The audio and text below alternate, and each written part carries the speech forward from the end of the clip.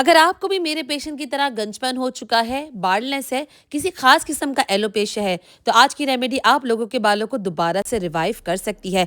जो भी ingredients use होंगे वो साइंटिफिकली प्रूवन है और सारे केमिकल फ्री हैं। And the best part is कि इस रेमेडी से आपको 3 फायदे होंगे। अगर आपके बाल झड़ रहे हैं तो वो झड़ना कम होंगे, न्यू हेयरी ग्रोथ होगी। अगर आपके बाल सफेद हो चुके हैं या अभी होना स्टार्ट हो गए हैं, specially premature hair greying, तो ये उसको भी टारगेट करेगी। ये वीडियो उन लोगों को जरूर शेयर करना जिनको इसकी बहुत जरूरत है। क्या पता आपको उनकी दुआ लगे। सबसे पहले हमें एक हैवी बॉटम पैन चाहिए होगा। ये चीज छोटी लगती है लेकिन बहुत मैटर करती है।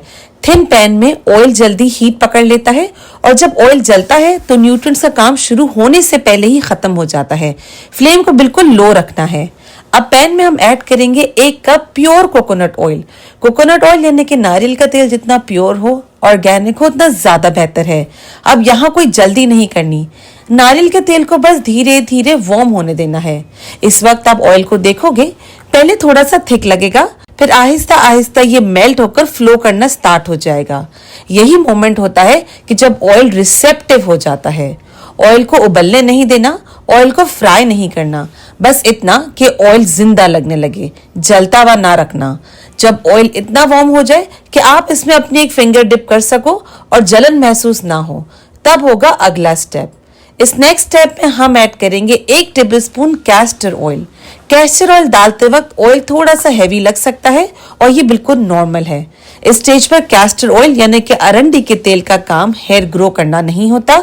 इसका काम होता है कि स्कैल्प के अंदर ब्लड फ्लो को एक्टिवेट करे। इसलिए कैस्टर ऑयल हमेशा किसी पेनिट्रेटिंग ऑयल के साथ ही काम करता है। अगर आपके स्कैल्प ऑयली है, यहीं पर फॉर्मूला थोड़ा सा एडजस्ट करना पड़ता है। कैस्टर ऑयल आप 2 टीस्पून डालोगे। अगर ड्राई स्कैल्प है तो उनके लिए आप 1 full tablespoon castor oil add कर सकते हो। बिल्कुल सेफ है और इफेक्टिव है। इस वक्त हम सिर्फ एक चीज कर रहे हैं, स्कैल्प को रिसेप्टिव बना रहे हैं। अगर स्कैल्प रिसेप्टिव होगा तो जो भी इंग्रेडिएंट आप आके डालोगे वो जरूर जाके काम करेंगे। अभी हम ग्रोथ नहीं कर रहे, अभी सिर्फ हम ग्राउंड वर्क कर रहे हैं। अब जब ये ऑयल क्वाइटली अपना काम कर रहा है, मैं आपको एक बहुत इंपॉर्टेंट बात यहाँ पे क्लियर कर दूं, तो गौर से सुनिएगा। ये oil based hair growth serum है, लेकिन ये वो ऑयल नहीं है जो सिर्फ स्कैल्प को चिपचिपा कर देता है और बस चमक देकर खत्म हो जाता है। इसे इस तरीके से डिजाइन किया गया है कि इसके ऑयल सिर्फ कैरियर का रोल प्ले करते हैं। एक्चुअल काम वो इंग्रेडिएंट करती है जो कि थोड़ी देर में हम ऑयल के अंदर इन्फ्यूज करेंगे। साइंटिफिक रीजन बहुत सिंपल है। हेयर फॉलिकल्स वाटर से एब्जॉर्ब नहीं करते, उन्हें लिपिड बेस्ड मीडियम चाहिए होता है। इसीलिए मैंने जानबूझकर इसमें ऑयल बेस्ड के ही चूज किया है, वरना आप अनियन जूस, एलोवेरा जेल या कोई और चीज लगा लो, ज्यादातर ऊपर ही रह जाती है।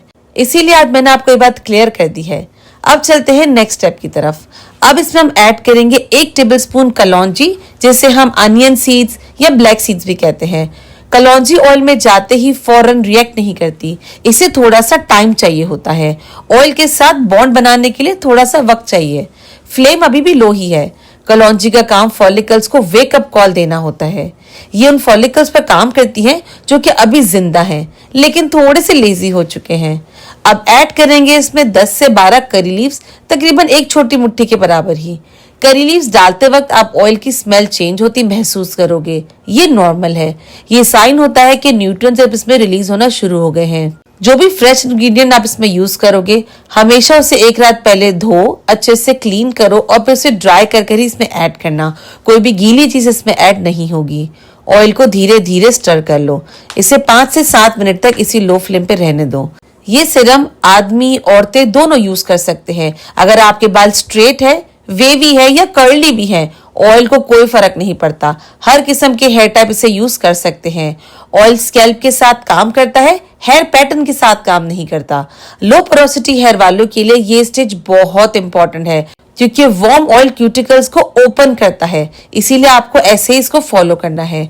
और हाई पोरोसिटी हेयर वाले स्टेप को बस कंट्रोल में रखेंगे, इसे ज्यादा हीट नहीं देना। अब जब फॉलिकल्स एक्टिवेट हो चुके हैं, हम हेयर को सपोर्ट देना स्टार्ट करते हैं।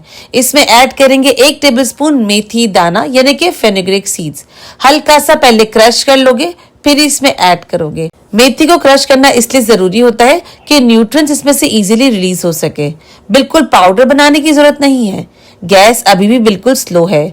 मेथी का काम बालों को ग्रो करवाना नहीं होता, मेथी का काम होता है हेयर को गिरने से बचाना। इसीलिए ये स्टेप उन लोगों के लिए बहुत इंपॉर्टेंट और पावरफुल है जिन्हें एक्सेसिव हेयर फॉल है, जिनकी जड़ें बहुत कमजोर हो गई हैं या हेयर ब्रेकेज का इशू उनको बहुत टाइम से है। मिक्सचर को हमें 10 मिनट तक बस लो फ्लेम पे ही रहने देना है।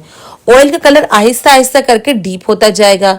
इस स्टेज पे ऑयल सिर्फ ऑयल नहीं रहता, ये मेडिकेटेड सिरम की तरह काम करता है। अगर किसी को डैंड्रफ है या इची स्कैल्प का इशू है, सारी चीजें ट्राई करते हो, डैंड्रफ जाता ही नहीं है, तो आप एक दफा ये जरूर यूज करके देखना, आपको बहुत फायदे मिलेंगे। अब बस यहाँ पर हम गैस को बंद करेंगे। ऑयल को 2 से 3 मिनट तक थोड़ा सा इसी पैन में रखकर कूल होने देंगे। ये पॉज बहुत इंपॉर्टेंट है क्योंकि अब जो इंग्रेडिएंट इसमें नेक्स्ट ऐड होंगे वो बहुत सेंसिटिव है। अब इसमें जाएगा 1 टीस्पून मोरिंगा पाउडर। मोरिंगा का काम फॉलिकल्स को न्यूट्रिएंट्स देना होता है जो कि केराटिन प्रोडक्शन को सपोर्ट करते हैं। हीट में डालने से ये न्यूट्रिएंट्स डिस्ट्रॉय हो जाते हैं, इसीलिए हम इसे बाद में डालेंगे जब हमने हीट को बंद कर दिया है और ऑयल थोड़ी देर के लिए बस 2 से 3 मिनट तक के लिए ठंडा हो चुका है। मोरिंगा डालने के बाद आपको उसको अच्छे से बट जेंटली मिक्स करना है। अब जब ये अच्छे से मिक्स हो जाएगा फिर हम इसमें ऐड करेंगे बालजड़। अगर आपके पास बालजड़ का पाउडर है तो आप इसमें आधी टीस्पून डालोगे। अगर इस तरीके से जड़ी बूटी है तो बस अंदाजे से आप स्क्रीन पर जरूर देख लेना मैंने यहाँ पे कितनी ऐड करी है। इसमें आपको ज्यादा क्वांटिटी ऐड नहीं करनी। बालजड़ स्कैल्प के नर्व्स और ब्लड वेसल्स को स्टिमुलेट करता है, इसीलिए क्वांटिटी ज्यादा नहीं होती। इस स्टेज पर ऑयल एकदम हार्श फील नहीं करता क्योंकि ऑयल्स एक्टिव को बफर करता है। अब जाएगा इसमें विटामिन ई। अगर आपके पास विटामिन ई का कैप्सूल है तो आप जरूर ऐड करना। अगर विटामिन ई का कैप्सूल नहीं है तो आप विटामिन ई का ऑयल ऐड कर सकते हो या 1 कतरा आलमंड ऑयल ऐड कर सकते हो। आलमंड ऑयल में भी विटामिन ई होता है। मेरे पास फिलहाल विटामिन ई का कैप्सूल नहीं है, इसलिए मैं यहाँ पे 1 कतरा आलमंड ऑयल का मिक्स कर रही हूँ, लेकिन अगर विटामिन ई होता तो मैं उसको ज्यादा प्रेफर करती। विटामिन यहाँ पर सिर्फ प्रिवेंशन के लिए नहीं होता है, ये स्कैल्प के माइक्रो डैमेज को हील करता है और माइक्रो डैमेज आपके हेयर फॉल का एक छोटा सा रीजन हो सकता है। ऑयल को आपको कंप्लीटली ठंडा होने देना है, इसके बाद आप इसको छान लोगे। ये जो छनकर आया है ना, ये नॉर्मल ऑयल नहीं है, ये एक oil based hair growth serum है जहाँ पे ऑयल का काम सिर्फ कैरियर की तरह है और मेन काम उन इंग्रेडिएंट्स का है जो कि हमने इस ऑयल में डाला था। इसे बॉटल में भरो। ये सिरम आपको आज शाइन तो देगा लेकिन धीरे धीरे आपके फॉलिकल्स को डिसिप्लिन करेगा और जब फॉलिकल्स डिसिप्लिन सीख लेंगे तो ग्रोथ ऑटोमेटिकली फ्लो करती है। यही फर्क है टेम्पररी ऑयल्स में और रियल ट्रीटमेंट के बीच में। इसको लगाने के बाद आपको खास अपने बालों को वॉश नहीं करना, आप अपने बालों को वही रेगुलर 3 दिन वॉश करोगे जो कि आप हफ्ते में वैसे ही कर रहे हो। अगर इस सिरम के साथ आप हफ्ते में 3 दिन ये वाला शैम्पू यूज कर लो तो आपका हेयर फॉल 90% तक कम हो सकता है और वॉश करने के बाद आप ये वाला सिरम लगाओ